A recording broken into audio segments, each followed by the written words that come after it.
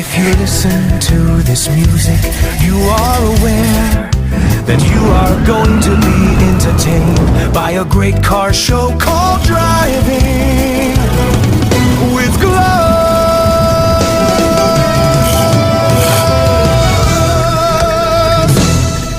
In this special episode of Driving with Gloves, I'm not going to drive with gloves, but I'm going to fly without gloves. So this episode is called Flying Without Gloves.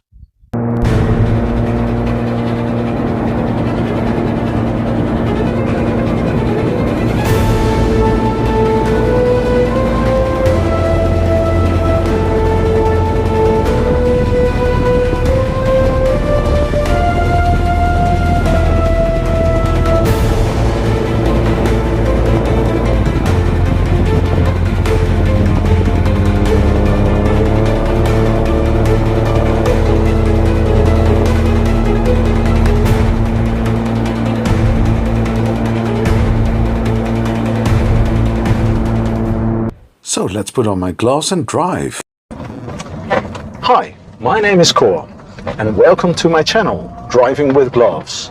I always drive with driving gloves. Your question might be, why does he drive with gloves? And my answer is, why not?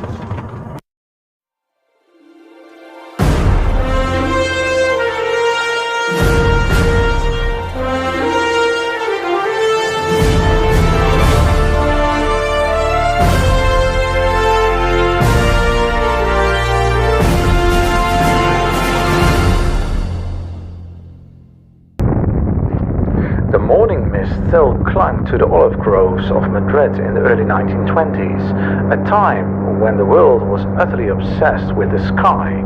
The Wright brothers had broken the barrier 2 decades earlier, and the Great War had turned the aeroplane from a fragile novelty into a roaring machine of canvas and steel. Yet Juan de la Cierva was not satisfied. To the young Spanish engineer, aviation was magnificent, but it had a fatal flaw. If an aeroplane flowed too slowly, it lost lift, stalled, and fell like a stone. Juan had watched a 3-engine bomber he designed do exactly that, crashing to the earth. The stall is not about the engine stopping, it happens when the wing's angle is too steep, causing the smooth airflow to break away and lose lift.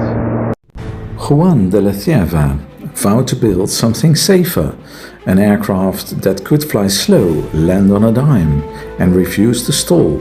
He called his vision autogyro, known today as the gyrocopter.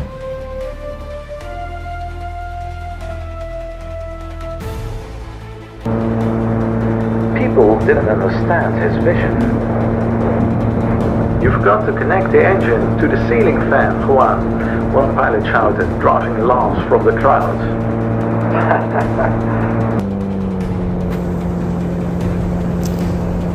Juan just smiled. He knew that it didn't understand yet auto-rotation. The top rotor didn't need an engine to turn it. The forward motion from the front propeller would force air up through the rotor blades, spinning them like a windmill in the breeze. The spinning would generate lift. But today we are more than 100 years later. And this is how a cockpit of a modern gyrocopter looks today. This is Gianluca. He is in the neighborhood. Where is this? Pordenone? Yes, Pordenone. Okay. Probably, do you speak English? A little. Little bit. Can you say something about the gyrocopter you fly? The gyrocopter is the safety machine in the world, and it's very simple for pilot. Yeah. And very safety.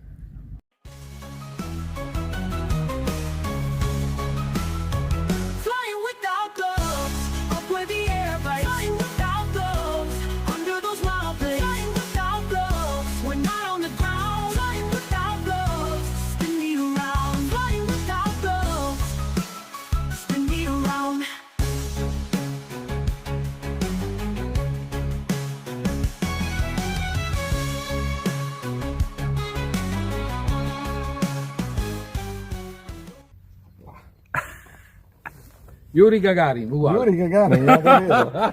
Questo fuori o dentro? Fuori, se no ti dà ok. fastidio. Oh. Sì, è veramente Yuri Gagarin. Well, this is the first time that I will fly in a gyrocopter. I'm very anxious to do that. I'm not nervous, actually, but I really like to do that. So, let's see if I survive this flight. Elica. The Pagotto Bracco GT is a two-seat tandem configuration autogyro. Pagotto utilizes an ultra-sturdy, thick-welded stainless steel frame combined with a carbon fiber cockpit. So now we are going to start this flight, just heating up the engine, and then we will fly away. I'm very anxious what's going to happen now. Now Gianluca is doing the pre-rotation up to 200 RPM.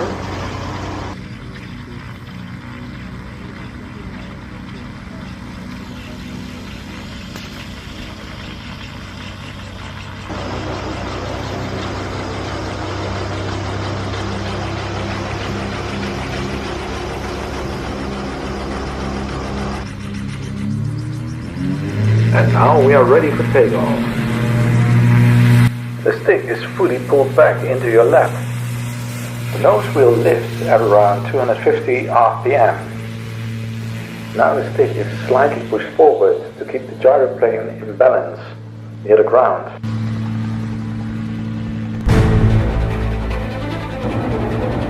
At 330 RPM you can start to climb and really fly away.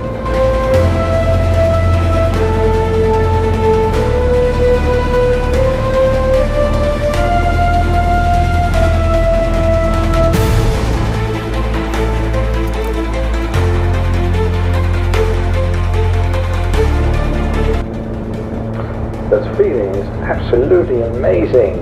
It's wonderful doing this.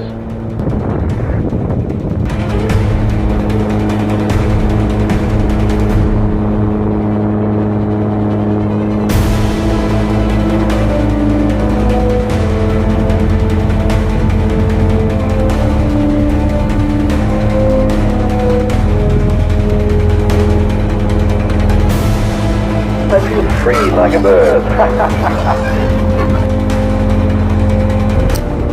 Giancarlo Rossi is a highly experienced Italian pilot, flight instructor and entrepreneur in the fields of general aviation and ultralight flying. Rooted in northeastern Italy, he is closely associated with the flight school All Fly Pordenone, operating from the Aviosuperficie Pravis airfield. In addition to his role as an instructor, he acts as an international representative, test pilot and distributor for innovative aircraft, most notably the Bracco Gyro GT Autogyro, manufactured by Carpetteria Pagotto near Pordenone. The Pagotto Bracco Gyro GT is exceptionally durable and easy to maintain, perfect for demanding international environments. It is typically powered by a turbocharged Rotax engine, delivering excellent performance even in difficult climate conditions. In recent years, India has significantly deregulated its aviation laws for light aircraft and autogyros to boost aerial tourism, border patrol and agricultural monitoring. Since India lacked local expertise in autogyro training, they turned to European specialists. Giancarlo Rossi became the crucial link bringing the Bracco Gyro GT to India. As a test pilot, he is responsible for demonstrating the Bracco Gyro GT capabilities under India's challenging climate conditions, extreme summer heat and the thin air of the Himalayas, to coordinate the certification with the Indian Civil Aviation Authority. You normally know me as Core the Car Guy, so why do I make this episode about a gyrocopter? The first time I saw a gyrocopter was in the James Bond film You Only Live Twice. It was called Little Nelly.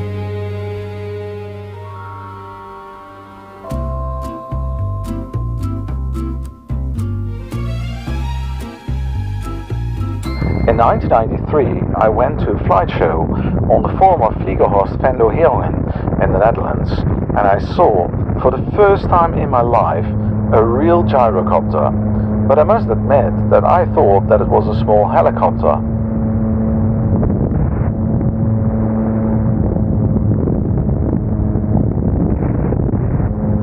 Later in the 2000s, I had the opportunity to fly a Piper Seneca in Switzerland and a Cessna in South Africa. When I visited the Geneva Motor Show in 2019, I got in contact with PAL-V, the Dutch company which tries to launch a flying car. It was based on a gyrocopter. I then finally understood what a gyrocopter is. Now I'm in the air with a gyrocopter thanks to Giancarlo Rossi of Allfly in Italy. If you need to lift off from a tight jungle clearing, hover over a building or rescue someone from the Matterhorn, you need a helicopter.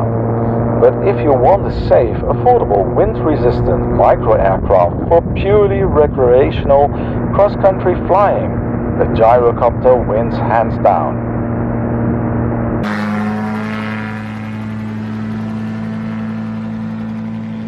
Thank you very much for watching this episode of Driving with Gloves with the gyrocopter here in Italy, and I see you soon in a new episode of Driving with Gloves.